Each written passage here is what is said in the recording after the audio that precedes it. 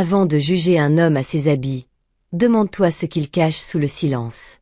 Et avant de mépriser une femme pour son choix, pose-toi cette question. Et si c'était toi? Dans la vie, nous regardons souvent, sans vraiment voir. On s'arrête à ce que les autres montrent. On mesure la valeur d'un homme à sa voiture, à son costume, à son compte en banque. Mais parfois, derrière un simple bleu de travail, se cache un roi silencieux. Et derrière une femme critiquée pour avoir épousé trop bas, se cache une reine qui a choisi l'amour plutôt que l'apparence. Aujourd'hui, je vais vous raconter l'histoire de Fallon, une femme courageuse qui a dit oui à un homme que tout le monde méprisait. Mais qui cachait un secret que personne n'aurait imaginé.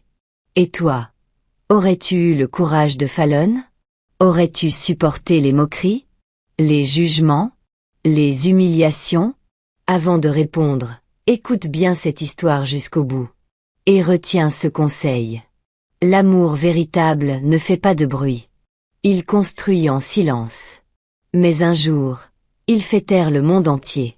Voici donc l'histoire de Fallon et Arnaud, une histoire d'amour, de foi, et de vérité cachée. Fallon vivait dans un quartier populaire d'Abidjan, toujours élégante malgré ses petits moyens.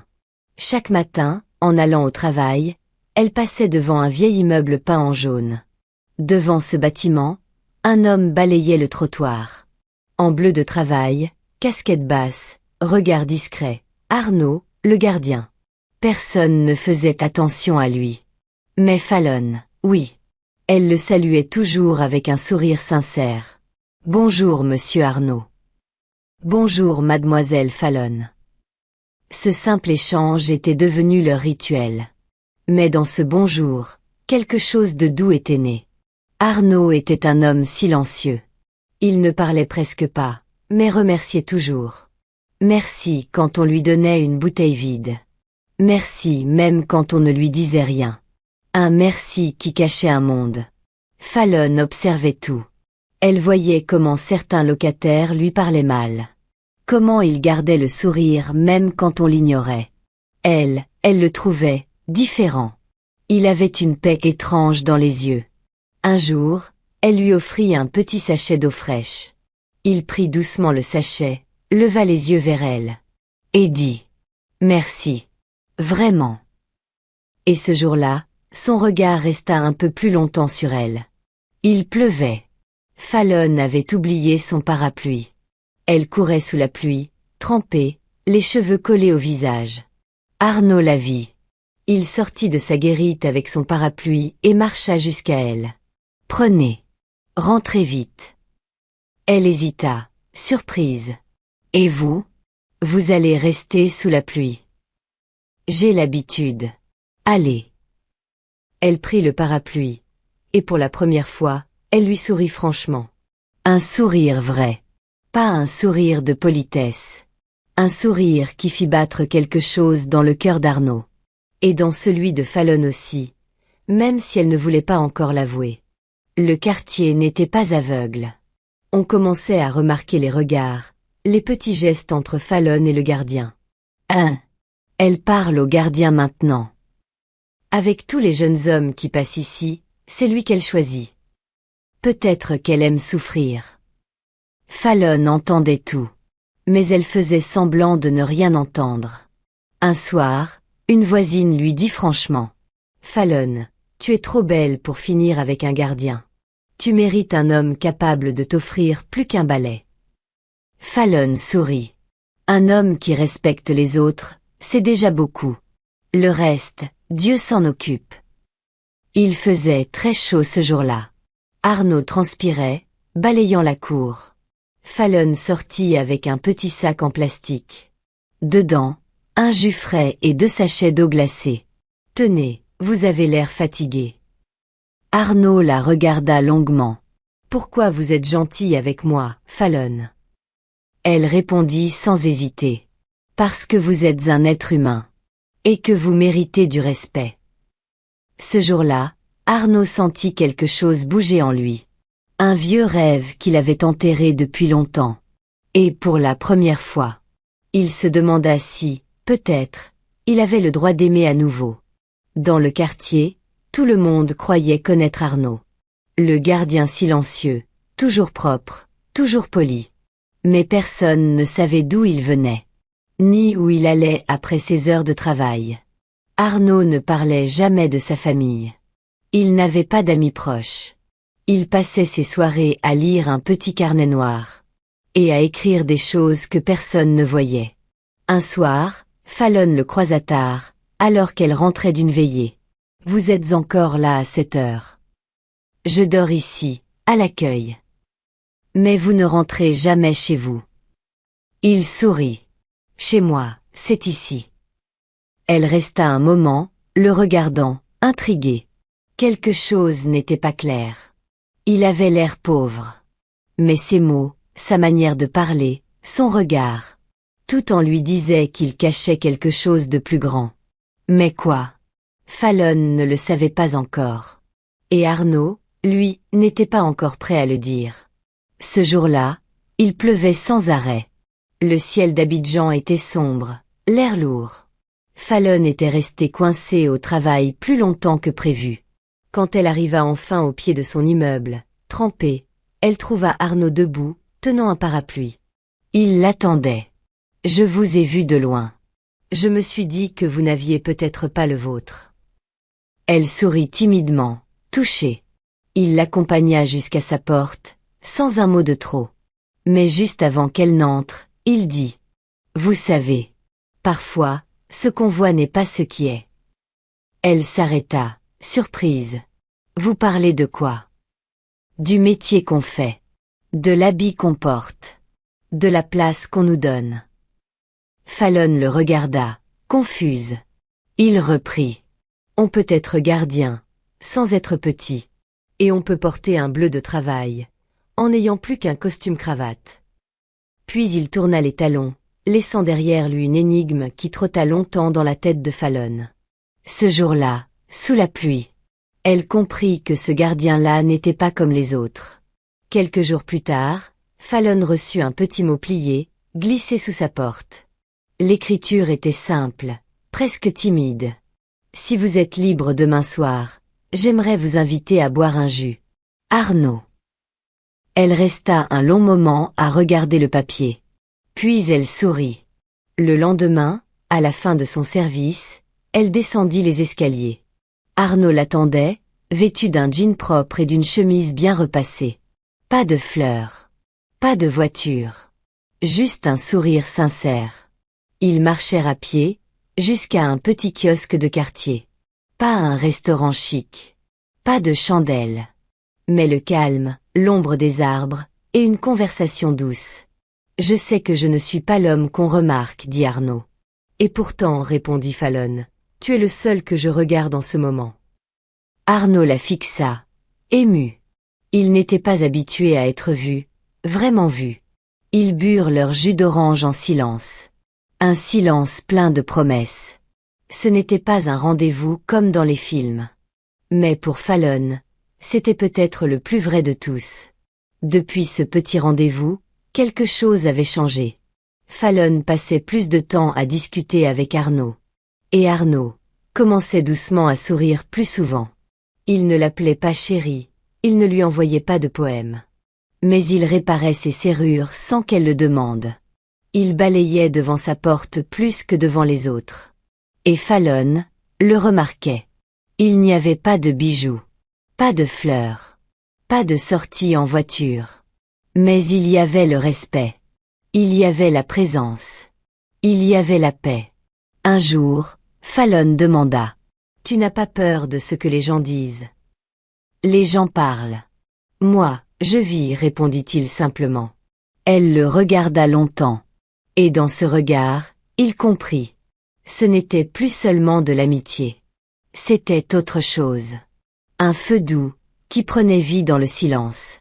Quelques mois plus tard, Arnaud fit ce que peu attendaient de lui. Il prit son courage, et alla voir la famille de Fallon. Il arriva dans une cour familiale, en tenue simple, le regard respectueux. « Je viens demander la main de votre fille. » Le silence fut glacial. Le grand frère de Fallon éclata de rire. « Toi? Un gardien? Tu veux épouser notre sœur? » Elle mérite mieux qu'un balayeur de cour, dit une tante, la bouche tordue de mépris. Fallon tenta de parler, de défendre Arnaud. Mais sa mère se leva, furieuse. Fallon, tu veux salir notre nom? Toi, tu vas devenir Madame Gardien? Jamais. Le cœur d'Arnaud battait fort. Mais il ne cria pas. Il ne s'est pas défendu. Il a juste dit calmement. Je comprends. Mais sachez que j'aime votre fille. Et je la respecterai toute ma vie. Puis il tourna les talons. Fallon le suivit en larmes.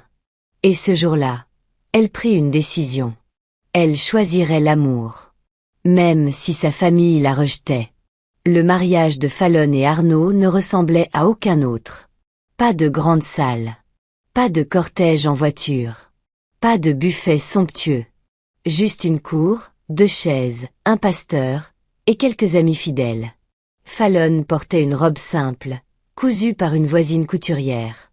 Pas de bijoux en or. Juste un collier en perles offert par Arnaud.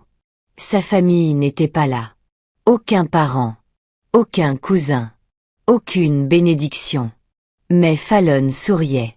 Arnaud, en chemise propre et pantalon repassé, lui tendit la main avec douceur. Ses yeux brillaient.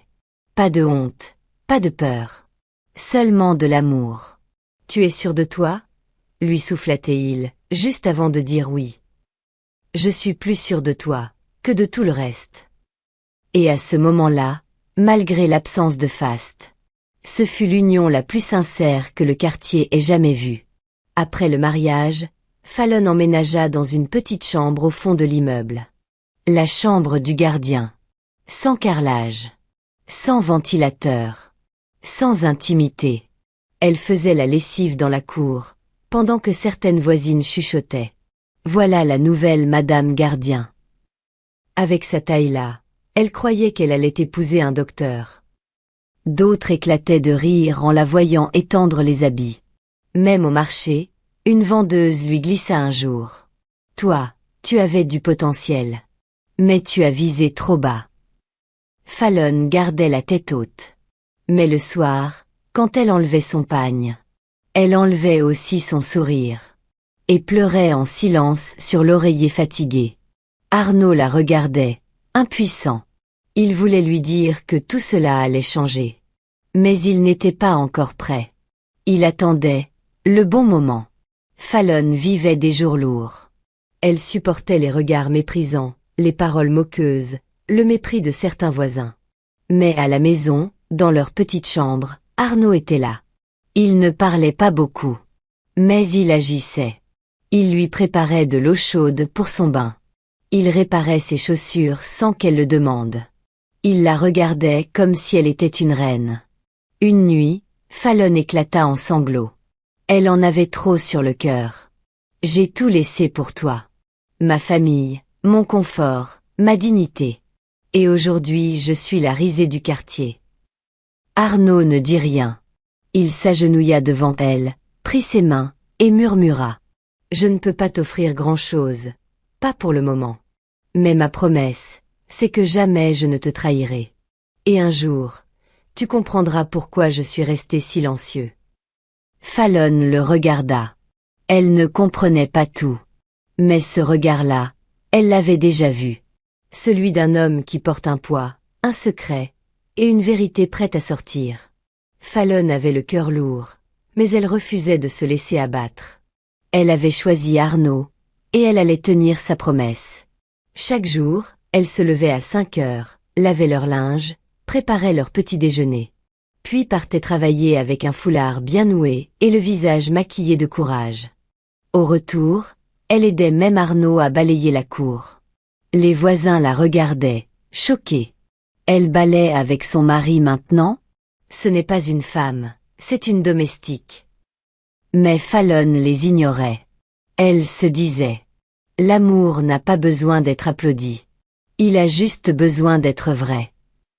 Un jour, alors qu'elle balayait les escaliers, une locataire la bouscula volontairement. Tu peux nettoyer ici aussi pendant que tu y es. Fallon la regarda droit dans les yeux. Et au lieu de répondre par la colère, elle répondit par un sourire. Je le ferai. Parce que ce bâtiment, c'est aussi mon foyer. Arnaud, qui avait tout vu depuis le fond de la cour, sentit une larme couler discrètement. Il savait que cette femme-là était bien plus précieuse que toutes les villas qu'il possédait. Ce matin-là, Fallon était fatigué. Physiquement. Moralement. Les moqueries, les humiliations, les sacrifices, tout pesait trop lourd. Au travail, une collègue lui dit sans gêne. « Fallon, tu as maigri.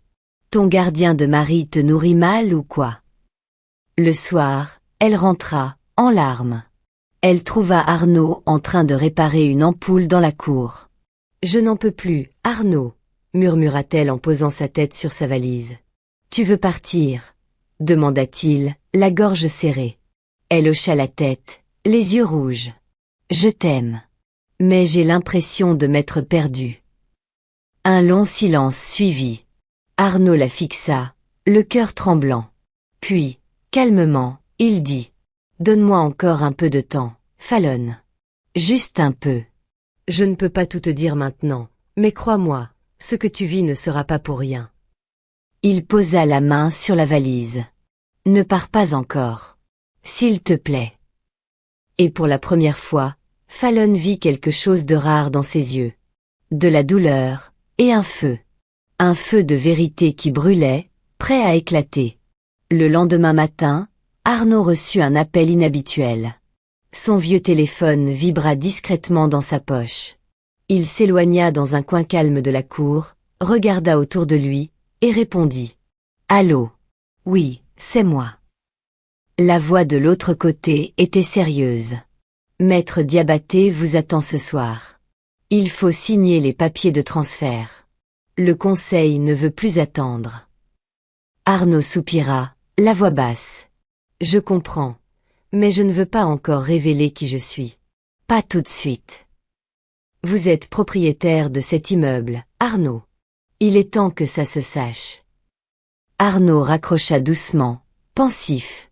Fallon, de loin, avait tout vu. Elle ne savait pas ce qu'il avait entendu. Mais elle voyait dans son regard quelque chose de différent. Plus de doute, plus de fatigue. Quelque chose de grave, de grand. Elle s'approcha de lui. « Tout va bien. » Il la regarda, longtemps, puis sourit légèrement. « Ce soir, j'aimerais t'inviter quelque part. Mets ta plus belle robe. Et fais-moi confiance. » Ce soir-là, Fallon mit sa plus belle robe. Une robe simple, mais élégante, qu'elle gardait précieusement depuis des années. Arnaud portait une chemise blanche et un pantalon repassé. Pas en bleu de travail. Pas en sandales. Mais comme un homme, qui avait quelque chose à dire au monde. « On va où ?» demanda-t-elle, intriguée. « Surprise » répondit-il avec un sourire mystérieux. Un taxi les attendait devant l'immeuble. Pas un vieux taxi. Un véhicule propre, climatisé, avec chauffeur en costume. « Monsieur Arnaud, bonsoir » dit le chauffeur avec respect. Fallon tourna lentement la tête vers son mari, troublé. « Il t'a appelé, monsieur. » Arnaud ne répondit pas. Il se contenta de lui tendre la main pour monter. Ils roulèrent en silence jusqu'à une grande villa aux lumières douces. Une table était dressée dans le jardin, sous un manguier fleuri. Musique douce. Serveur discret. Ambiance digne d'un rêve. « C'est pour qui tout ça ?» souffla Fallon. Et Arnaud répondit calmement. « Pour toi. Pour nous. Et pour la vérité que je dois enfin te dire. » Le lendemain du dîner, alors que le quartier se réveillait à peine, un grand 4x4 noir se gara devant l'immeuble. Un chauffeur en costume descendit, lunettes noires sur le nez, regard assuré. Il se dirigea vers la guérite. « Bonjour. Je cherche monsieur Arnaud. » Les voisins, curieux, commencèrent à sortir la tête par les fenêtres. « Quel Arnaud ? Le gardien ?» demanda l'une. « Oui. Le propriétaire m'envoie le chercher pour une réunion importante au cabinet de maître Diabaté. » La nouvelle fit l'effet d'une bombe. « Quel propriétaire ? Il est juste gardien ici. » Le chauffeur sourit. « Vous ne saviez pas ? Monsieur Arnaud c'est le vrai propriétaire de cet immeuble. Silence total. Tout le monde se retourna vers la guérite, bouche bée. Fallon sortit à ce moment-là, en robe d'intérieur. Elle vit le véhicule, les regards, le silence. Arnaud, lui, sortit calmement de sa chambre. Il salua comme d'habitude, monta dans le véhicule sans bruit. Fallon le suivit du regard, le cœur battant. Tout le monde venait de découvrir ce qu'elle ne savait toujours pas vraiment. L'homme qu'elle avait épousé possédait beaucoup plus qu'un balai et des clés. Et voilà. C'est ici que la première partie de cette histoire s'arrête. Fallon a choisi l'amour. Mais elle ne sait pas encore toute la vérité. Et le quartier, lui, vient à peine d'ouvrir les yeux. Que arrivera-t-il maintenant? Comment vont réagir ceux qui l'ont méprisé?